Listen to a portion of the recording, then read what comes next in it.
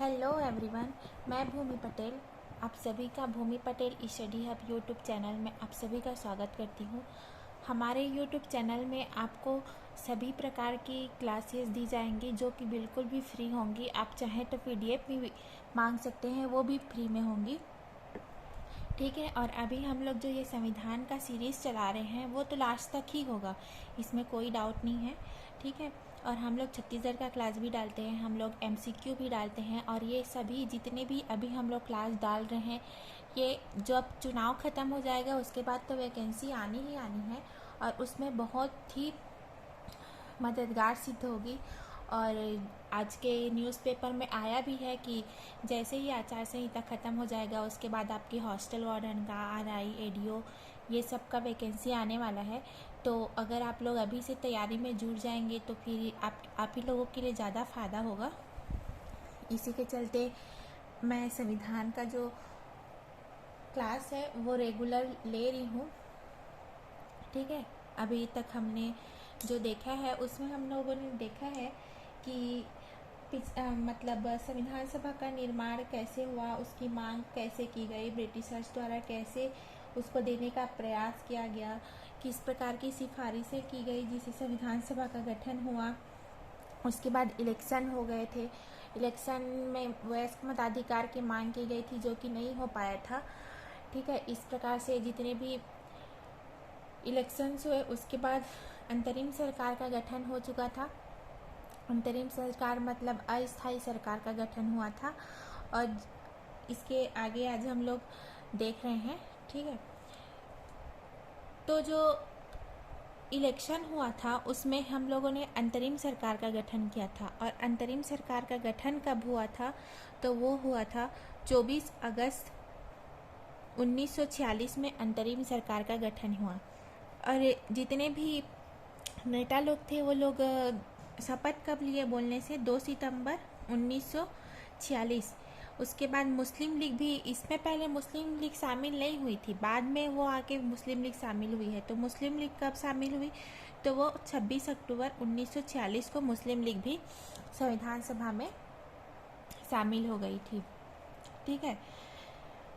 अब इसके आगे हम लोग देखते हैं कि संविधान सभा में कौन कौन से दलों को कितनी सीटें मिली थी, ये सब के बारे में हम थोड़ा सा देख लेते हैं। उसके बाद बैठक देखेंगे। संविधान सभा का निर्वाचन कब हुआ था, उसका इलेक्शन कब हुआ था बोलने से जुलाई अगस्त 1946 में हुआ था। और टोटल कितने सीटों के लिए चुनाव हुआ था? 296 सीट के लिए चुनाव हुआ था। ठीक है। अब परिणाम देखते हैं इसका। परिणाम में क्या हुआ था? जो कांग्रेस पार्टी थी उसको 208 सीट मिले थे। उसके बाद मुस्लिम लीग जो थी उसको 73 सीट प्राप्त हुए थे। और जो दूसरे राजनीतिक पार्टियां थी उनको 15 सीटें प्राप्त हुई थी। इसमें बहुत सारे राजनीतिक दल शामिल हुए थे, इसलिए इसको बहुदलीय सभा भी कहते हैं। ठीक है। अब देखते हैं कि इसमें इनकी संविधान सभा की पहली बैठक कब हुई थी। तो संविधान सभा की पहली बैठक हुई थी 9 दिसंबर 1946 में। ठीक है। 9 दिसंबर 1946 को संविधान सभा की पहली बैठक हुई थी। जो पहली बैठक हुई थी वो, इससे पहले जो हमारा संसद भवन था उसका जो केंद्रीय कक्ष था उसमें पहली बैठक हुई थी और संविधान सभा का इसी में गठन हुआ था। ठीक है। अब संविधान सभा का गठन जब हो रहा है तो उसके लिए जब बैठकें हो रही है तो हम लोगों को एक अध्यक्ष की आवश्यकता थी। अब उस टाइम पे अध्यक्ष का चुनाव करना था, तो इसलिए हमने ये सोचा कि पहले हम लोग एक अस्थायी अध्यक्ष का चुनाव कर लेते हैं। और ये जो अस्थायी अध्यक्ष का चुनाव था, ये वाला कॉन्सेप्ट जो हमने लिया था वो फ्रांस से लिया था। ठीक है। अब अस्थायी अध्यक्ष चुने गए डॉक्टर सच्चिदानंद सिन्हा जो थे वो उस टाइम पे संविधान सभा में जितने भी नेता थे उनमें सबसे वरिष्ठ नेता थे, इसीलिए उनको अस्थायी अध्यक्ष चुना गया। वो बिहार के सीएम थे उस टाइम पे। ठीक है। उसके बाद पहली ये जो डेट है 9 दिसंबर 1946 का, ये बहुत सारे एग्ज़ाम में पूछा गया है, तो इसको थोड़ा सा ध्यान रखिएगा आप लोग। ये इम्पोर्टेंट डेट है। ठीक है, अब पहली बैठक हो गई, उसमें अस्थायी अध्यक्ष चुन लिया गया। अब दूसरी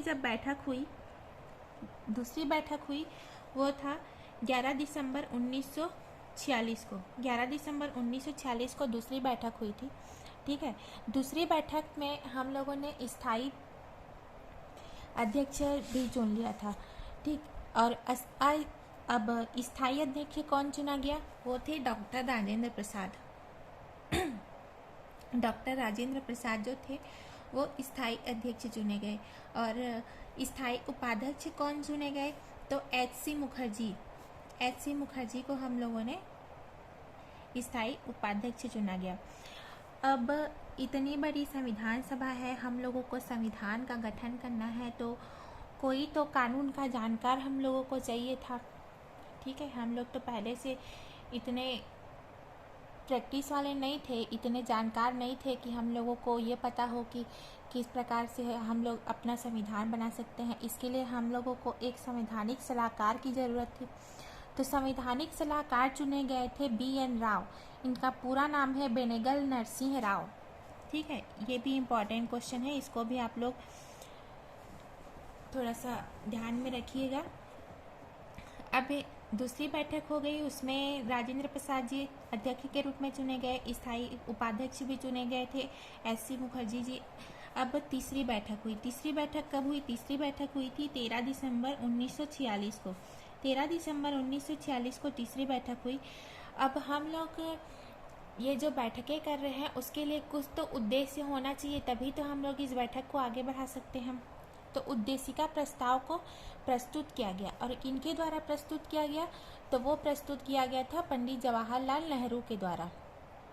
ठीक है, उद्देशिका प्रस्ताव को किसने प्रस्तुत किया बोलने से? वो थे पंडित जवाहरलाल नेहरू। और इसी को, तीसरी बैठक को ही संविधान का निर्माण माना जाता है। यहीं से संविधान का निर्माण होना चालू होगा, क्योंकि यहाँ पर उद्देशिका प्रस्ताव प्रस्तुत हो चुका है। तो जो तीसरी बैठक थी वहीं से संविधान का निर्माण तीसरी बैठक से ही माना जाता है। ठीक है, अब 13 दिसंबर 1946 को हो गई तीसरी बैठक, उसमें उद्देशिका प्रस्ताव प्रस्तुत कर लिया गया। उसके बाद उसमें सोच विचार किया गया। उसके बाद जब 22 जनवरी 1947 में इसकी बैठक हुई थी, तब जो उद्देशिका प्रस्ताव जो पंडित जवाहरलाल नेहरू के द्वारा प्रस्तुत किया गया था उसको पारित कर दिया गया। कब पारित किया गया? 22 जनवरी 1947। ये जो डेट है ना, ये बहुत ही इम्पॉर्टेंट डेट है, तो इसको अच्छे से याद रखना। ये आपके एग्ज़ाम में डायरेक्ट भी पूछ सकता है, तो इसको थोड़ा सा ध्यान में रखिएगा। अब बढ़ते हैं आगे। जो हमारी संविधान का निर्माण हुआ है वो समितियों के द्वारा हुआ है। ठीक है, और इसके लिए बहुत सारी समिति बनाई गई थी, जिनमें लगभग 32 समिति बनाई गई थी, जिसमें से 13 प्रमुख समितियां थी और 19 जो थे वो उप समिति थी। ठीक है, तो अब इसके कुछ प्रमुख समिति के बारे में देखते हैं हम लोग। सबसे पहले देखते हैं नियम और संचालन समिति। नियम और संचालन समिति जो थी उसके अध्यक्ष डॉक्टर राजेंद्र प्रसाद थे, और इसमें इनको मिलाकर ये 3 ही लोग थे। ठीक है, तो इसको सबसे छोटी समिति कहा जाता है। जो नियम समिति और संचालन समिति है इसको सबसे छोटी समिति कहा जाता है। और सबसे बड़ी समिति किसको कहा जाएगा बोलेंगे तो मौलिक अधिकार में परामर्श समिति। मौलिक अधिकार के लिए परामर्श समिति जो थी उसमें सबसे ज़्यादा 54 सदस्य थे। कितने सदस्य थे? 54 सदस्य थे, इसलिए उसको सबसे बड़े समिति के नाम से जाना जाता है। और उनके जो अध्यक्ष थे वो सरदार पटेल जी थे, सरदार वल्लभ भाई पटेल। जो हमारे सरदार वल्लभ भाई पटेल हैं वो थे मौलिक अधिकार में परामर्श समिति के अध्यक्ष। उसके बाद और भी बहुत सारी थी, जैसे केंद्रीय संविधान समिति। केंद्रीय संविधान समिति के जो अध्यक्ष थे वो थे पंडित जवाहरलाल नेहरू जी। प्रांतीय संविधान समिति सरदार वल्लभ भाई पटेल जी थे, इनके भी अध्यक्ष जो प्रारूप समिति थी, प्रारूप समिति मतलब किस प्रकार का होना चाहिए हमारा संविधान, ये सब का प्रारूप बनाने के लिए थे भीमराव अंबेडकर। और भीमराव अंबेडकर बहुत ही अच्छे कानून के ज्ञाता थे और इसका जो गठन हुआ था वो 29 अगस्त 1947 को हुआ था, प्रारूप समिति का गठन। इसको हम लोग बाद में थोड़ा सा और डिटेल करेंगे प्रारूप समिति को। जो झंडा समिति था, झंडा समिति के जो अध्यक्ष थे वो थे डॉक्टर राजेंद्र प्रसाद। डॉक्टर राजेंद्र प्रसाद जो थे वो झंडा समिति के अध्यक्ष थे। ठीक है, तो इसमें सबसे इम्पॉर्टेंट क्या है, सबसे अगर छोटी समिति पूछा जाएगा तो वो होगा नियम एवं संचालन समिति, और ये दोनों समिति को जुड़वा बहन भी कहा जाता है। ठीक है, और जो सबसे बड़ी समिति कौन सा है अगर पूछ दिया गया तो बोलेंगे कि मौलिक अधिकार में परामर्श समिति। सरदार पटेल इसके अध्यक्ष थे। इसमें टोटल 54 सदस्य थे और ये सबसे बड़ी समिति थी। केंद्रीय संविधान समिति के अध्यक्ष कौन थे? पंडित जवाहरलाल नेहरू जी थे। प्रांतीय संविधान समिति के सरदार वल्लभ भाई पटेल। प्रारूप समिति के भीमराव अंबेडकर। ठीक है, तो ये सब इम्पॉर्टेंट है। इन लोगों के अध्यक्ष लोगों का नाम भी पूछ चुका है, तो ये सब बहुत ही इम्पॉर्टेंट है। इस वाले पोर्शन से एक ना एक क्वेश्चन आना तो तय ही रहता है, CGPSC में तो खासकर आना ही रहता है। ठीक है, अब उसके बाद देखते हैं प्रारूप समिति। प्रारूप समिति का गठन कब हुआ था? 29 अगस्त 1947। प्रारूप समिति का गठन कब हुआ था? 29 अगस्त 1947। और इसका कारण क्या था कि प्रारूप समिति का गठन करना पड़ा? तो उसका कारण था संविधान का प्रारूप तैयार करने के लिए किया गया था प्रारूप समिति का गठन। हमारे संवैधानिक सलाहकार कौन थे? BN राव, बेनेगल नरसिम्हा राव। ठीक है, ये पहले संविधान का प्रारूप तैयार किया था ये। ठीक, अब देखते हैं प्रारूप समिति के अध्यक्ष भीमराव अंबेडकर। भीमराव अंबेडकर जी को संविधान का पिता भी कहा जाता है। इनका निर्वाचन क्षेत्र क्या था? पश्चिम बंगाल के थे ये। ठीक है, और इसमें और जो 7 सदस्य थे, ये 7 सदस्य को आप लोग इस तरीके से याद कर सकते हैं, MMS AAK। MMS जो होता है, उसके बाद AAK, M से मित्र, और एक M से मुंशी, S से सादुल्ला, A से आयंगर, A से अय्यर में हालांकि आई आता है, बाकी आप लोग A से भी याद रख सकते हैं अय्यर। K से खेतान। ठीक है, ये जो 6 थे ये उनके सदस्य थे, लेकिन ये जो मित्र थे उनकी मृत्यु हो गई और इसके बाद आए थे माधवन, तो उसमें भी M ही आ रहा है, तो आप लोग ऐसे भी याद कर सकते हैं माधवन। ठीक है, और ये जो खेतान साहब थे उनकी भी तबीयत खराब हो गई थी, तो इसके बाद आए थे कृष्णमाचारी। कृष्णमाचारी का भी होता है के ही होता है, तो इसलिए आप लोग इसको भी ऐसे ही याद रख सकते हैं। ठीक है, तो कौन कौन थे? MMS AAK, मित्र, मुंशी, सादुल्ला, आयंगर, अय्यर, खेतान। ये इस टाइप से आप लोग याद रख सकते हैं। ठीक, अब इसके आगे देखते हैं।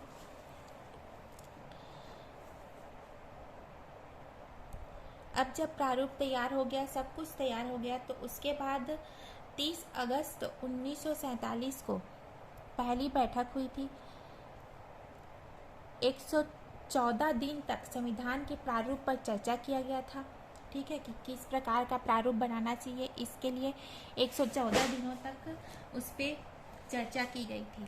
इसके लिए हम लोगों ने 60 देशों के संविधान को पढ़ा था, देखा था।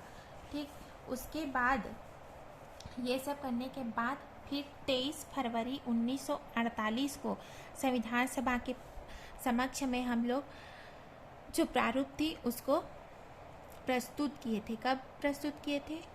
23 फरवरी 1948 को। ठीक है, उसके बाद ये जो प्रारूप थी उसको 3 बार पढ़ा गया था। कितने बार पढ़ा गया था? 3 बार पढ़ा गया था। पहली बार कब पढ़ा गया था? 4 नवंबर से 7 नवंबर तक पढ़ा गया था। ठीक है, पहली बार कब पढ़ा गया था? तो 4 नवंबर से 7 नवंबर तक। दूसरी बार कब पढ़ा गया था? 15 नवंबर से 17 नवंबर तक। तीसरी बार कब पढ़ा गया था? 24 नवंबर से 26 नवंबर तक। 24 नवंबर से 26 नवंबर तक पढ़ा गया था। जब ये 26 नवंबर को अंतिम रूप से पढ़ा गया था, ठीक है। और उसी दिन संपूर्ण रूप से बनकर ये तैयार हुआ था हमारा संविधान। इसलिए उसी दिन को 26 नवंबर 1949 को ही संविधान दिवस के रूप में मनाया जाता है। और ये जो संविधान दिवस के रूप में मनाया जाने वाली बात थी वो कब से स्टार्ट हुई है, तो वो हुई है 2015 से। 2015 से हम लोग संविधान दिवस के रूप में मनाते हैं 26 नवंबर को। और ये अंबेडकर जी की 125वीं जन्म जयंती के उपलक्ष्य में हम लोगों ने संविधान दिवस के रूप में मनाना स्टार्ट किया था 26 जनवरी को।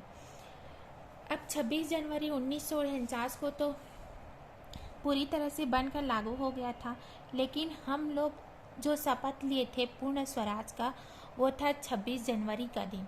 और उससे पहले ही हम लोगों को आज़ाद कर दिया गया था 15 अगस्त के दिन। तो हम लोगों ने सोचा कि जब 26 नवंबर 1949 को हम लोगों का संविधान पूरी तरीके से तैयार हो चुका है तो हम लोग 2 महीने और ही रुक जाते हैं, 2 महीने और रुक जाते हैं और फिर 26 जनवरी को हम लोग संविधान को लागू कर देंगे, यह हमने सोचा। हाँ, लेकिन 26 नवंबर 1949 को हम लोग आंशिक रूप से कुछ नियम को अपना चुके थे। और उसमें अपनाए क्या क्या थे, जो नागरिकता को हम लोग अपना चुके थे 26 नवंबर 1949 को। उसके बाद अंतरिम संसद को हम लोग अपना चुके थे, अस्थायी संसद जिसको हम लोग बोल सकते हैं, अंतरिम संसद को हम लोग अपना चुके थे। उसके बाद अस्थायी उपबंध को हम लोग अपना चुके थे। और एक निर्वाचन को हम लोग अपना चुके थे। जो ये 4 हैं, ये इसको हम लोगों ने 26 नवंबर 1949 को ही अपना लिया था। ठीक है, उसके बाद आगे बढ़ते हैं। उसके बाद जब हम लोग संविधान को लागू करने वाले थे, ठीक है, तो हम लोगों को पहले सबका हस्ताक्षर लेना था। तो हस्ताक्षर कब लिए? हस्ताक्षर लिया गया 24 जनवरी 1950, मतलब संविधान लागू होने से ठीक एक दिन पहले हम लोगों ने 24 जनवरी 1950 को इस दिन से विधानसभा की अंतिम बैठक बुलाई गई। ठीक, और अंतिम बैठक में हम लोगों ने जो सदस्य थे उसमें अंतिम रूप से संविधान में हस्ताक्षर दिया था। तो टोटल कितने लोगों ने हस्ताक्षर किया था बोलने से 284 लोगों ने। 284 लोगों ने कैसे? तो जो 31 दिसंबर 1947 था उस टाइम पे विभाजन हो गया था भारत और पाकिस्तान का। तो भारत और पाकिस्तान के विभाजन होने के बाद हम लोगों के पास सिर्फ 389 में 299 सदस्य बच गए थे, बाकी पाकिस्तान में चले गए थे। ठीक है, तो जो ये 299 सदस्य बचे थे उसमें से 284 सदस्यों ने अंतिम रूप से हस्ताक्षर किया था। ठीक, अब आता है, अब इस दिन हस्ताक्षर हो गया तो इस दिन संविधान सभा का विघटन भी हो गया, मतलब भंग हो गई, क्योंकि अब तो हमारा संविधान बन गया ना। और इसीलिए हमने संविधान सभा का गठन किया था ताकि हमारा संविधान बन सके। तब जब ये जाकर पूरी तरीके से बन चुका है तो उसका विघटन हो गया।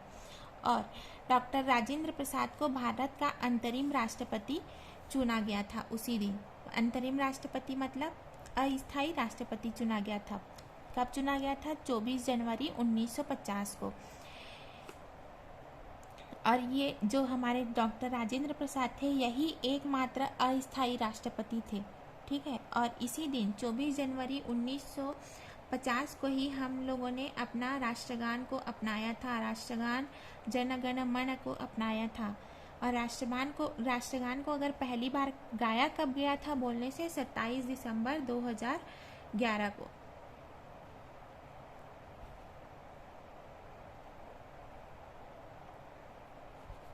ठीक है, इसके बाद थोड़ा सा और आगे देख लेते हैं। 26 जनवरी 1950 आखिरकार वो दिन आ ही गया जब हमारा संविधान लागू होने वाला था। ठीक है, संविधान को 26 जनवरी 1950 को संपूर्ण देश में लागू कर दिया गया था। और इसी दिन हम लोगों ने वंदे मातरम जो हम लोग का राष्ट्रीय गीत है उसको हम लोग अपनाए थे। और जो हमारा राष्ट्रीय चिन्ह है अशोक स्तंभ, इसको भी हम लोगों ने अपनाया था। ठीक है। 26 जनवरी 1930 को लाहौर अधिवेशन में हम लोगों ने पूर्ण स्वराज की शपथ ली थी। इसी कारण से हम लोगों ने 26 जनवरी 1950 को संविधान को पूर्ण रूप से लागू कर दिया। ठीक। और इसी कारण आप देखेंगे भी तो 15 अगस्त से ज़्यादा हम लोग 26 जनवरी को बहुत ही धूमधाम से मनाते हैं, क्योंकि ये हमारा अपना दिन है, हमारे अपने संविधान का दिन है, इसलिए हम लोग 26 जनवरी को ज़्यादा धूमधाम से मनाते हैं। ठीक। अब आज की क्लास हम लोग यहीं पे ख़त्म करते हैं। अगर आप लोगों को मेरी क्लास पसंद आ रही है तो प्लीज़ प्लीज़ प्लीज़ इसे लाइक, शेयर और सब्सक्राइब ज़रूर कीजिए, ताकि मैं और मोटिवेट हो सकूं और इससे भी अच्छे तरीके से मैं आप लोगों को समझाने की कोशिश करूंगी। तो अगर आप लोगों को हमारा पढ़ाना पसंद आ रहा है, मेरा पढ़ाना आप लोगों को पसंद आ रहा है, तो प्लीज़ प्लीज़ इस चैनल को सब्सक्राइब ज़रूर कीजिए। इसको बहुत जितना हो सके उतने ज़्यादा लोगों तक शेयर कीजिए। मैं इसी तरह संविधान का पूरा क्लासेस फ्री में डालूँगी। इसी प्रकार से मैं आप लोगों को फ्री में ही इसका, अगर आप लोग नोट्स भी मांगेंगे तो मैं नोट्स भी देने को तैयार हूँ। ठीक है। नोट्स भी आप लोगों को फ्री में मिलेगा, फ्री में PDF भी मिलेगा, MCQ भी मिलेगा इसका। तो प्लीज़ जितना हो सके उतना ज़्यादा शेयर कीजिए, सब्सक्राइब कीजिए। Thank you.